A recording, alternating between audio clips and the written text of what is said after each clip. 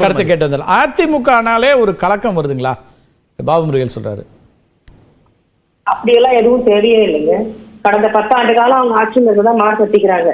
அவர் முதல் முறை பேசும்போது சொன்னாரு, நாங்க வந்து திட்டங்களை வந்து எலெக்ஷன் மேனிஃபெஸ்டோல சொன்ன திட்டங்களை வந்து பாதிக்கு மேல நிறைவேற்றலன்றது. ஒரே ஒரு டேட்டா சொல்றேன், அவங்க கேட்டு சொல்லுங்க. 23 மார்ச் தலைவர் ஸ்டேட்மெண்ட் கொடுத்திருக்காங்க. 505 வாக்குறுதிகளை கிட்டத்தட்ட 208 வாக்குறுதிகள் இந்த 3 ஆண்டு காலத்துல நாங்க வந்து செயல்படுத்தி முடிச்சிருக்கோம். இன்னும் 2 ஆண்டு காலம் எங்களுக்கு இருக்கு, ரைட்டுங்களா? அதே வந்துட்டு அண்ணா திராவிட முன்னேற்ற கழகம் 2011 வந்து தேர்தல் அறிக்கையில வந்து மொத்தம் 186 வாக்குறுதிகளும் 2016 வந்துட்டு 321 வாக்குறுதிகளும் கொடுத்துருக்காங்க. கிட்டத்தட்ட ரெண்டும் சேர்த்து 507. அதுல வந்து அந்த 10 ஆண்டு கால ஆட்சியில 507 வாக்குறுதிகளை 269 வாக்குறுதிகளை மட்டும்தான் அவங்க செயல்படுத்தி இருக்கிறாங்க. இதான் நிதர்சனமான உண்மை. அதிமுக செயல்படுத்தாத திட்டங்களை நான் எங்களுக்கு சொல்றேன். நாங்க செயல்படுத்தல திட்டம் நேற்றே வந்து செயற்குழுல வந்து ஒரு அட்டவணை போட்டு எந்தெந்த டிபார்ட்மெண்ட்ல எத்தனை வாக்குறுதிகளை கொடுத்தோம், என்னெல்லாம் செயல் திட்டங்கள் வந்திருக்கோன்றது எல்லாருக்கும் கொடுத்திருக்கோம். நிச்சயமா வந்து ஊடகத்துறையாளர்களுக்கும் வந்து அது வந்து செயல்படுத்திருக்கும் நம்புறேன்.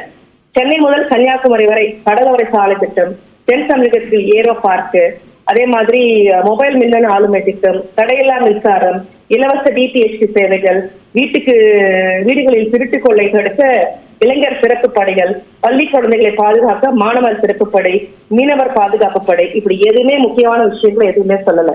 அதே மாதிரி நம்ம நாகராஜனை வந்து இந்த விஸ்வகர்மா பத்தி பேசினாரு. மீண்டும் குலக்கல்வி திட்டம் வேண்டாம் என்பதற்காக தான் நாங்க வந்து மறுபடியும் அது உள்ள எப்ப வந்து ராஜாஜி குலக்கல்வி திட்டத்தை எடுத்துட்டு வந்தாரோ அதை அபாலிஷ் பண்ணதே வந்து திராவிட முன்னேற்ற கழகம் தான். மீண்டும் பின்வழியாக வந்து படித்துக் கொண்டிருக்கும் மாணவர்களை வந்து கொண்டு போய் நீங்க குலக்கல்வியை வந்து 10th 11thலயே வந்து குலக்கல்வியை பண்ணி எஜுகேஷன் ஸ்பாயில் பண்றது. ஏன்னா உங்களுக்கு வந்து தமிழ்நாட்டுல வந்துட்டு ஆல் இண்டியா லெவல்ல நாங்கெல்லாம் வந்து விதிவாக ஜாஸ்தியா இருக்கிறது பாரதிய ஜனதா கட்சியோட கண்களை உறுத்துகிறது. அதனாலதான் நீங்க என்இடி பாலிசி கொண்டு வரீங்க, மும்மொழி கொள்கையை கொண்டு வரீங்க, ஹிந்தியை கண்டிப்பா படிக்கணும்ன்றீங்க. ஹிந்தி யாருக்கு படிக்கணுமோ அவங்க படிக்கட்டாங்க. நாங்க ஹிந்தி வேணான்னு சொல்லல, இம்போஸ் பண்ணாதீங்கன்னு தான் சொல்றோம். அதை புரிஞ்சுக்காம அவங்களும் பேசிட்டே இருக்காங்க. நம்ம ஜென்ரால் சார் சொன்ன கால்குலேஷன் தான். இன்னும் 1 வருட காலம் இருக்கு. யாருக்கு எது குறையுது எது ஏறுதுன்னு நம்ம பார்க்கதான் போறோம். நிச்சயமாக நேற்று செயற்குழுல வந்துட்டு எல்லோரும் அவர்களுடைய நிறைவுகளையும் சொன்னாங்க, குறைகளையும் சொன்னாங்க. ஒரு செயற்குழு நடக்கும்போது என்னைக்கும் நிறைவை பத்தியே பேச மாட்டோம், புகழ்ச்சியை மட்டுமே பேச முடியாது. அது வந்து ஒரு ஹெல்த்தியான டிஸ்கஷனா இருக்காது. குறைகளையும் சொன்னாங்க. நீங்க சொல்லக்கூடிய அந்த அடிமட்ட தொண்டர்கள் வந்துட்டு அவர்களுடைய கூக்குரல்களையும் வச்சாங்க, இல்லைன்னு சொல்ல. நிச்சயமாக அதெல்லாம் எடுத்துக்கொள்ளப்படும். இதுல ஒரு பெரிய பாசிட்டிவ் பாயிண்டா நான் என்ன பாக்குறேன்னா, அப்ப வந்து நாங்க எங்களோட கட்சிக்காரங்களுக்கு எந்த ஒரு ரெக்கமெண்டேஷனும் செஞ்சு கொடுக்காம எல்லாத்தையும் மக்கள் நல திட்டங்களாக மக்களுக்காக தான் செய்கிறோம்ன்றத அவங்களே அவங்க வாயால ஒத்துக்கிறாங்களா? சோ அதுவே வந்து ஓட்டு வரதுக்கான முக்கியமான ஒரு பெரிய பங்கா நான் பாக்குறேன். நிச்சயமா இந்த சட்டமன்ற தேர்தலில் கட்சிக்கான பலனே வந்து கிராஸ் ரூட்ஸ் தான். நான் அதை வந்து நான் மறுக்கவே இல்லை. அதுதான் உடன்பிறப்புக்கு தான் திராவிட முன்னேற்ற கழகத்தோட பெரிய பலனே. அதை நாங்க இல்ல நிச்சயமா மறுக்கவே இல்லை. அதற்கான அறிவுரையும் நேற்று செயற்குழுவில் இதே முதலமைச்சர் அவர்கள் கொடுத்திருக்கிறாங்க.